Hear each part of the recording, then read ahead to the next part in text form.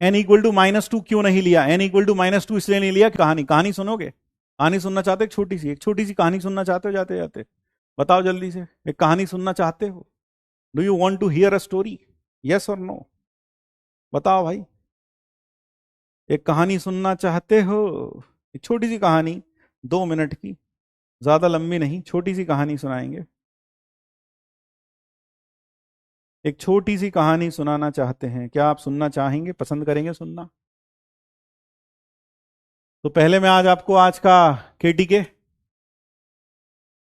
केटीके ये रहे। कोई पूछा था होमवर्क कहाँ मिलेगा? पीडीएफ में। हमने आपको बताया था कल वाला जो पीडीएफ था नोट सेक्शन में, उसको खोलते और उसके थैंक यू। एक बार एक राजा ने 2 बाज पाले, बड़े शौक से उसने 2 बाज पाले, बर्ड्स होते ना, 2 बाज पाले बड़े शौक से। उसने उनको खूब खिलाया पिलाया, खूब देखभाल की, दोनों की बराबर रूप से, दोनों को प्यार किया, बराबर रूप से दोनों को ट्रेन किया।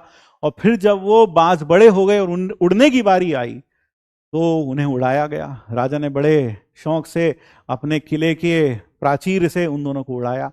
दोनों बाज थोड़े समय तो उड़ते रहे, अच्छे से उड़े। एक बाज फिर बहुत ऊंचा उड़ गया, बहुत ऊंचा, आसमान की ऊंचाइयों को छू लिया उसने, जबकि दूसरा बाज शायद वहां उसके साथ इतना ऊंचा नहीं उड़ा, बल्कि पास वाले जंगल में जाकर एक डाली पर बैठ गया। तो उसे लगा कि हो सकता है उस बाज को थोड़ी तकलीफ हुई हो, थोड़ा शायद कमजोर महसूस कर रहा, तो उसने दूसरा बाज जो जाकर जंगल में एक डाली पर बैठ गया था, जब वो लौट कर आए दोनों बाज, तो उसने दूसरे बाज की फिर काफी देखभाल की। फिर दोबारा से उसने किले से दोनों बाजों को उड़ाया और फिर इस बार भी वही हुआ। एक बाज तो आसमान की ऊंचाइयों को छू गया, दिखाई भी नहीं दे रहा। तो दूसरा बाज थोड़ी देर उड़ा और जाकर कहां बैठ गया? डाली पर। उस जंगल में वो एक पर्टिकुलर पेड़ था, उसकी डाली पर जाकर फिर से वहीं बैठ गया, फिर से वहीं जहां वो पिछली बार बैठा था। फिर राजा ने दोनों बाजों को, जैसी दोनों बाज लौट कर आए, फिर उसने दोनों बाजों को फिर खिलाया पिलाया, दूसरे वाले की अच्छे से देखभाल की। उसे लगा थोड़ा कमजोर रह गया शायद ये, उसने उसे खूब खिलाया पिलाया। तो फिर उसने फिर दोबारा से किले की दीवार से उन दोनों को फिर हवा में उड़ाया, वो दोनों फिर उड़े।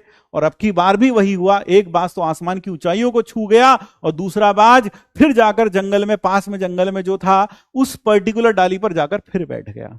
अब राजा को बड़े परेशानी, उसको लगा कि मैंने दोनों बाजों को बराबर प्यार से पाला है, दोनों को बराबर खाना दिया है, दोनों की बराबर देखभाल की है, फिर भी एक बाज ऐसा है जो बार बार जाकर जंगल में उस पेड़ की डाली पर बैठ जाता है, वो उड़ना ही नहीं चाहता। तो उसने अपने रियासत में मुनादी कराई, अनाउंसमेंट कराया कि भाई जो दोनों बाजों को आसमान में बराबर रूप से उड़ा देगा, वह उसको मैं कुछ सोने की अशर्फियां भेंट दूंगा पुरस्कार के रूप में।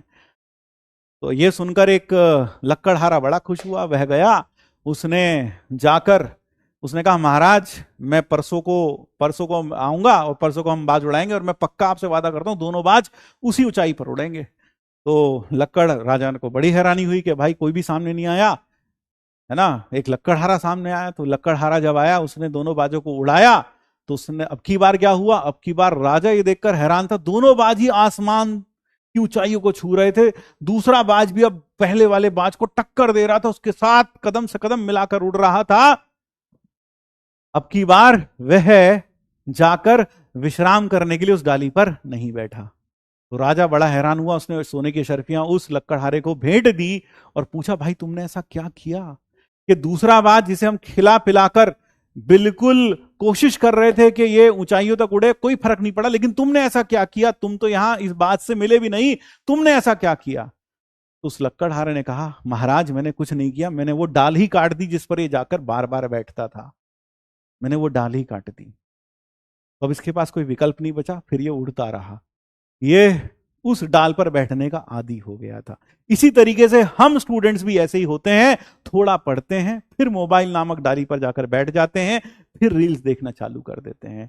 हम कभी भी उन ऊंचाइयों पर नहीं उड़ पाते, अपने उस पोटेंशियल को गेन नहीं कर पाते जो हमें करना चाहिए, क्योंकि हम उस बाज की तरह बार बार जाकर उसी पेड़ की उसी डाली पर बैठ जाते हैं। हम बार बार वही रील देखते हैं, हम बार बार अपने दोस्तों से वही चैटिंग करते हैं, हम बार बार वही बॉयफ्रेंड गर्लफ्रेंड करते हैं। इस कारण से कभी भी अपना पूरा पोटेंशियल एक्सप्लोर नहीं कर पाते। इसलिए सच बताऊं, अगर आपकी जिंदगी में भी ऐसी कोई डाली है जिस पर आप बार बार जाकर बैठ जाते हैं, जिसके कारण से आपका समय बर्बाद होता है, जिसके कारण से आप कभी आसमान नहीं छू पाते, उस डाली को आज ही काट डालिए, तभी आप आसमान की ऊंचाइयों तक पहुंच पाएंगे। नहीं तो आपके मां बाप भी उस राजा की तरह सोचते रह जाएंगे कि हमने अपने दोनों बेटों की, हमने अपने बच्चों की पूरी देखभाल की, जी जान से मेहनत की, उनको सब कुछ दिया जो दे सकते थे, लेकिन फिर भी वो सफल नहीं हो सके।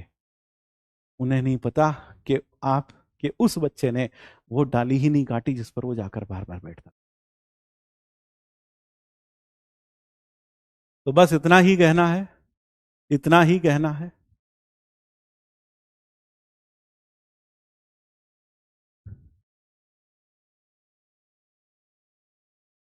कंफर्ट जोन से बाहर आना है। तो बस इतना ही कहूंगा। तो फोन को अपने से दूर रखिए। फोन दूर रखने का मतलब हमारा सिर्फ ये नहीं है कि आप फोन क्लास के लिए भी उपयोग ना करें।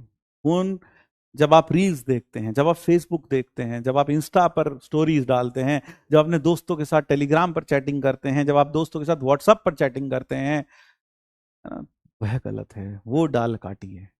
फोन नहीं, फोन में जो यह आदत आपने बना रखी है, इस आदत को बदल डालिए। यह आदत आपको सफल होने नहीं देगी। चलिए, थैंक यू। जय श्री कृष्ण। राधे राधे। Radhe Radhe to everyone.